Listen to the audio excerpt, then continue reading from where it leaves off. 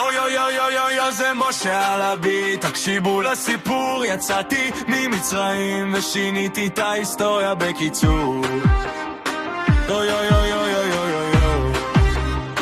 יו יו יו יו יו יו וגרתי בהמון חיים של מלך, אבל אמרתי פרעה זה לא הדרך. וסנה בוער אומר לי יאללה קום ותזיז, אמרתי אני, אמר לי כן אתה בוס של הסטורי התרביץ.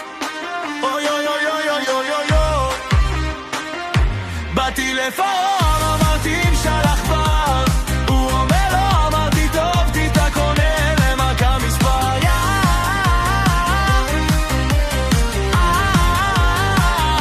באתי לפרעה אמרתי שלח כבר, הוא אומר לא, אמרתי טוב תיתה קונה למכה מספר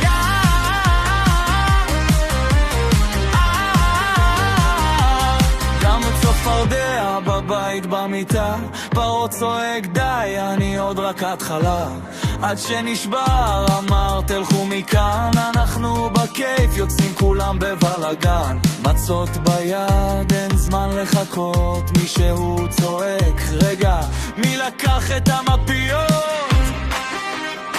אוי אוי אוי אוי אוי אוי אוי אוי באתי לפרעה אמרתי שלח כבר, הוא אומר לא, אמרתי טוב תיתי קונה למכה מספר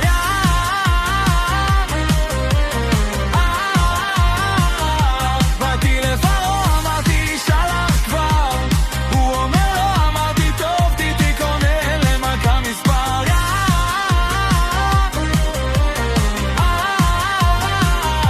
עברנו בסעיל, המצרים נכנסים, הים נסגר והם קצת מופתעים. זה הסיפור שלי, קצר ומדויק, משה על הביט תמיד נשאר חזק. באתי לפרעה אמרתי שלח כבר, הוא אומר לא, אמרתי